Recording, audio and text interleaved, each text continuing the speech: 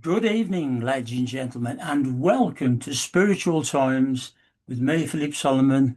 My YouTube channels, of course, we have this one and the ones we look for some nice places for you to visit, events that you might like to go to. And I'm glad that you keep joining me every week. It's very nice to hear your feedback as well. That's nice that is to get some feedback. Now, a lot of you, really for a lot of years, have asked me about scrying. And generally, when we talk about scrying, really, we're generally thinking of the crystal ball. It doesn't have to be. You could scry with a glass of water or water in a cup, things like that. But we generally would think of the crystal ball, don't we? And I say a lot of you have asked me questions about that, and I thought it was maybe about time that I'll talk to you about getting one if you want to give it a go. What I would suggest is I've got a massive crystal ball that I very rarely take out. It's a sort of an heirloom that's kept locked away almost really and very rarely used. But you don't have to have a great big crystal ball. A small one would work equally well. But I think the key thing to think about is what suits you. You have to think about what suits you really, and if you're better with a larger crystal ball or a small one, or scrying with some other thing, you scry with a mirror, flat mirror.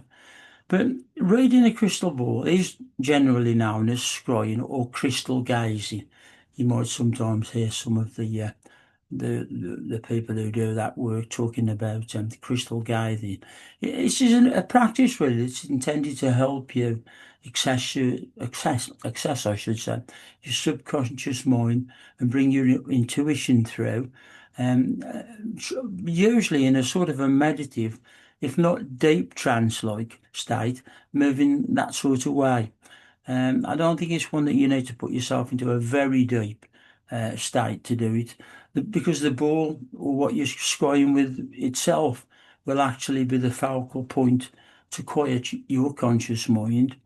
Think of it like a magical screen that really is going to hopefully help you with advice for things that's happening in your life now, uh, advice perhaps for things that have been a trouble in the future.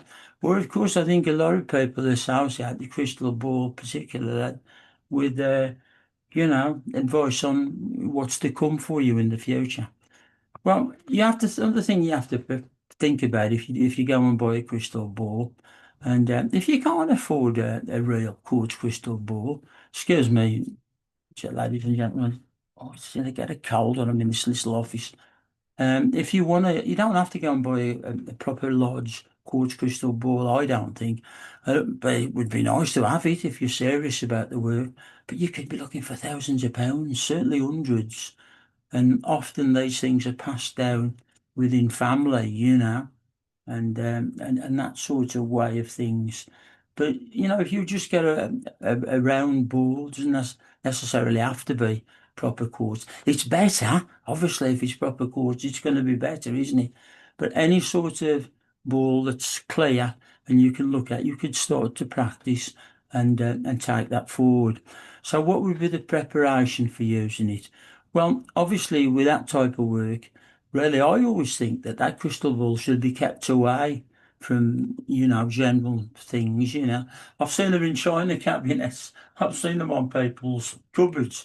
I don't really think that is where it should be. I think it should be locked away somewhere and kept very, very safe and in a nice, quiet place. And you know it needs to use it in a quiet place when you take it out as well. Find a calm, perhaps dimly, but not dark room. I don't think you need to do those things in the dark, but somewhere where you won't, you ain't going to sort of have people interfering and barging in while you're working with it. Now, of course, if you're one of those people who uses the crystal ball at psychic fairs and things like that, I probably can't answer you best how to work in that way, because I think to use the crystal ball properly, it has to be a one-to-one thing and very little outer influences coming through.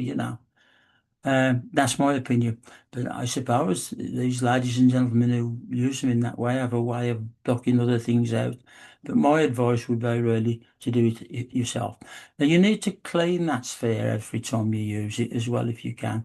Yeah, just clear your ball with of existing energies. What you're really doing is removing anything that it might have absorbed while it's on its own or picked up in different ways, because it can. All you need to do with that really is to just run it under running water. Just leave it there with water running over it for about 5 or 10 minutes, and that will cleanse it. Some people like to put them where they catch natural sunlight for half an hour or so. And other people could well be right. Tell me that they find the best way of preparing the crystal is to put it outside on a moonlit night so as it can draw the moon's energies. They're all things to be considered, I suppose. How do you connect and set yourself correctly to do the work? Well, the way that I was always taught it should be done, but the people work in different ways, is that you hold the ball in your hands. Of course, if you've got one of them great big crystal ball balls like I've got, it would be very heavy to work with. And many people say that they put them on a little stand and to keep it in that position.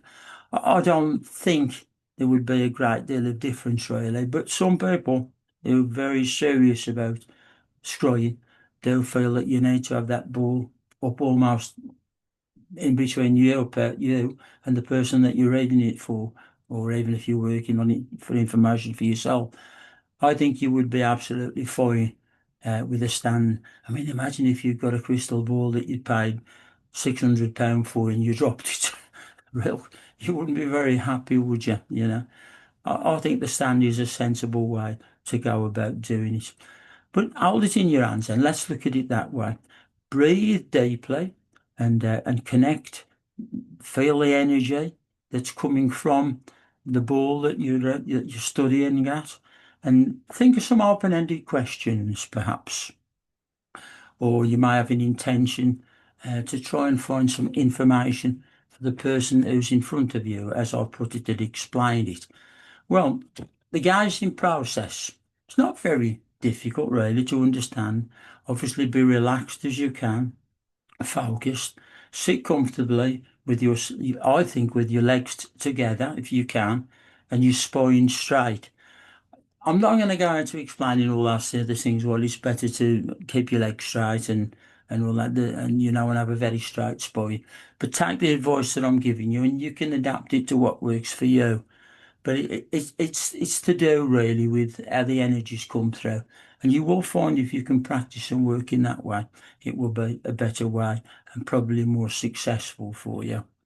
You know, keep the ball on the stand if you want to, like I've said, or if you're going to, sort of cushion it in your hands, make sure it's at a comfortable height. I wouldn't lift it up in front of your eyes if I were you, because if you're using it for someone else, they're gonna not see what you're reading or giving for them. They might start reading it themselves as well. I jest. But the best way to do it is to sort of have it that sort of distance if you're holding it with your hands, or if it's on a stand. Get yourself, I suppose, I don't know, 7 or 8 inches from it, and then do what I've told you. The gazing process, just relax, sit comfortably, gaze very carefully, open your eyes and gaze very gently into the crystal ball itself. So what you do, relax, be calm as you do this. The crystal ball on the stand might not be quite so easy to do this with, but it will work with a bit of practice. Don't strain or continually blink your eyes. The goal is to to be passive and to be looking at shapes in that ball, which are often clouds, like cloud forms. Often most people say like cloud forms. I'll explain a little bit more about staring at it, because there are some principles where I have many of you, my ex-students, will be watching these sort of programs just as a keep up build situation. And sometimes with meditation, I will teach you a situation where you do open and shut your eyes, open and shut your eyes, blink, blink, blink, to get into a meditative state, to really focus on an object. I know. But a crystal ball, the real quartz crystal ball or anything that you're working with is a very strong, mighty powerful thing. And you might find if you're doing too much intent, especially in the early days, that causes you some difficulties. If you're very experienced and you've taken that form of training in a workshop with me, by all means, go forward with it and do it. But my advice would be to keep your eyes closed. I beg your pardon. Keep your eyes open and just be very, very comfortable, not straining or blinking. The goal really is to try and see shapes. And I've mentioned some objects most people tend to say to start with, and that is like cloud formation. You know things like that, and you'll see them sort of forming. What you will say, you work out a way of interpreting for yourself what the clouds mean. Now, for me, if you say a red cloud, that can often say, hello, there's a person here who's got a lot of difficulties around them at the moment. There's a lot of difficult energy. We need to move that on, really. If you say lovely white fluffy clouds, it could be that that person's in love. But if you say that lovely white clouds, and then all of a sudden you say darker clouds go across it, that can sometimes mean that there's a difficulty in that relationship for that lady or that gentleman. And it may be that they're going to have news of it ending or not perhaps being as it should have. If they stay nice and fluffy and nice and clear, and you're concentrating, and as you're concentrating, you're feeling very, very comfortable with it, that would be great. But I have to tell you, give you some ideas of how it works, aren't I? Black clouds are generally not very good at all. And if you find that they're black clouds that are making you feel miserable or not at one with the situation, close the situation down and cover the crystal ball up for this session. Apologise to the person that you're reading for, but it's better to be honest, than do something that isn't the right way to do things. Very black clouds, you might say. I would like to talk to you a little bit about this away from the ball, and perhaps they were reading in another way, and it's more easily for you to interpret. The pretty tight, hard, fast directions that you pick up from a quartz ball, a proper quartz ball especially. You do need to do one thing that I've told you about time and time again if you've been a student of mine, and I'm going to tell it you again. Before you do any work of this nature, before you even get that ball out the cupboard, say a little prayer to who you perceive to be good and godly, and ask for psychic protection for you and the person that you're working with, if that's what you're going to do. That's what you need to do. And you'll be safe and sound and have no problems. The end of the reading, again, say a little prayer, thank what you perceive to be good in God for keeping you safe, also your reader, and close the situation down. Very important, that. I know I'll probably get you down going on and on about psychic protection and all the rest of it, but it is very, very important and something that you need to learn to practice very, very early in your work and as a continuation throughout your career of any psychic or spiritual work that you do. You need to ground yourself as well, really, I think. People say, well, what do you mean by ground yourself? Well, that's coming back to really why I advise you to keep a very straight back and your legs together, firm to the floor, grounded. And I just think that you find that you work better than that. Now, I've seen people doing readings that they're that laid back, And, I couldn't be more relaxed, my way with the fairies. No, I don't mean it like that, but you know what I mean. Now, you need to be really well grounded, especially yourself, and that's important. When you feel the session is complete, or the images begin to fade, that's another thing. If you start to be that you ain't seen anything in that crystal ball or wherever you're scrying with, then it's time to bring it to an end. Take a few deep breaths and just have a word that you would like to use that becomes part of your practice. Something as simple as "end our work, ball, all is finished." I know it's almost like a little affirmation, isn't it? Or you could say something thinking, when before you start. A wake ball. Using those little affirmations can help. They're not absolutely necessary, but they can help you with your work. And perhaps a good idea as well is to maybe have a little drink of nice cold water after you've done the work. You will find that grounding. And before you do the work as well, just ordinary glass of water will be good to start before. And at the end of your reading, you'll find it will bring you back very, very clearly and comfortably to the present reality that you're working with now. I always think it's a good idea as well. Taught a lot of people about scrying, and when I used to take people at the workshops, we hadn't always got enough crystal balls to go round. So sometimes we used these little hand mirrors, that, if you remember them, that they used to have in little sets, didn't they? A brush and a hairbrush and a mirror. You can scry with that as well, same sort of thing. And once you start working with it like that, it should be given the same respect and follow the processes that I've taught you through to work with reading a sphere or right up to a quartz crystal ball. What I would suggest as well, it's a good idea to keep a little record of what the things that you've seen and felt mean, because everybody with scrying tends to some extent to feel different things about different things that they see. Now, I've told you that I don't like black clouds. If I see black clouds coming, I'll always be, I don't like that. Be needing to see what that is, for what I can tell the other person or end it all together. Red, if I see red clouds, that always warns me danger, be careful, take things very carefully. Yellow clouds can sometimes just mean a lot of happiness, a lot of sunshine in your life, if you want to put it like that. But it's often the white clouds and variations of those that we see in the quartz crystal ball, from very, very white clouds to very, very dark clouds, and then, like I say, right through to the other end of the spectrum, if you like. But I think it's a good idea to keep a little book as well and write all those things down, what they've meant for you in readings that you've done. You'll be surprised when I say in this one, because it's not something that I say a lot to, especially to my students. But scrying, reading the crystal ball, it is one that you can get as much practice as you want from it. It won't do you any harm. It'll benefit you greatly. And if that means, getting Auntie Flo or Uncle Bill and as being your volunteers, do that. And keep a little notebook, especially for what the things were that you saw and how you felt about them.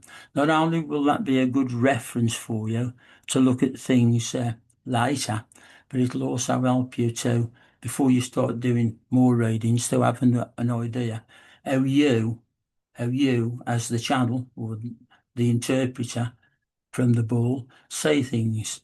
Like you say, nice fluffy white balls, very good. Clouds, I mean, very, very good. Darker clouds, not so good. And I've meant you will learn to see different colours.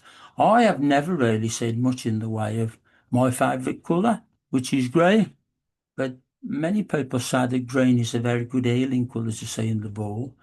I see what I would call a very dark yellow, moving perhaps towards, but not the dark green that would be my favourite colour. That's a way to help you. I think what you have to do as well is trust your intuition very much in this type of reading, because it's not really like working as a medium or even working as a psychic. It's a different way, really, a different energy, in my opinion, for what's that worth. And like you say, getting as much practice as you can. Patience, I think, and regular practice are probably the most needed things if you want to become a good person at scrying, whether that's with a piece of cup of water or a mirror or you get your crystal ball. I would say, although I've said you could use those things, I would suggest really getting yourself a glass sphere if you can. In the early days, it might be not possible for you to buy a real quartz ball, but eventually, as you're doing your readings and maybe someone is coming your way, or often they'll find you. I've got crystal balls either have come to me, honestly, some reason or other, people say, will you take this crystal ball, Phil? Yeah, I don't want it. I don't. And it's, it's not been right for them. But I've always found them all. I've cleansed them, obviously, sorted the energy out on them and all that sort of thing. But they've been great for me. I've got quite a large connection of them. I very rarely do that type of work. My work these days is almost entirely as a spiritualist medium, alongside my other duties as a reverend minister in the Spiritualist Society. I enjoy that work as well. Haven't been able to do that for quite a while, really. I had about 12 months when it not really 100% really. And in any sort of spiritual work, you've got to be 100% to do it right. Well, crystal ball scrying, I hope that's got you interested in that sort of thing. We're moving now towards Christmas, aren't we? Might be a nice Christmas present of somebody, a nice real quartz crystal. I would have to love you a lot to buy one of those, I would think. But as I say, these things sometimes find you if they're meant to be. But anyway, thank you for joining me this evening. God bless you. And as I always say, be very, very good in life. And if you can't be good, be careful. And I'll speak to you again next week. Good night and God bless to you, one and all.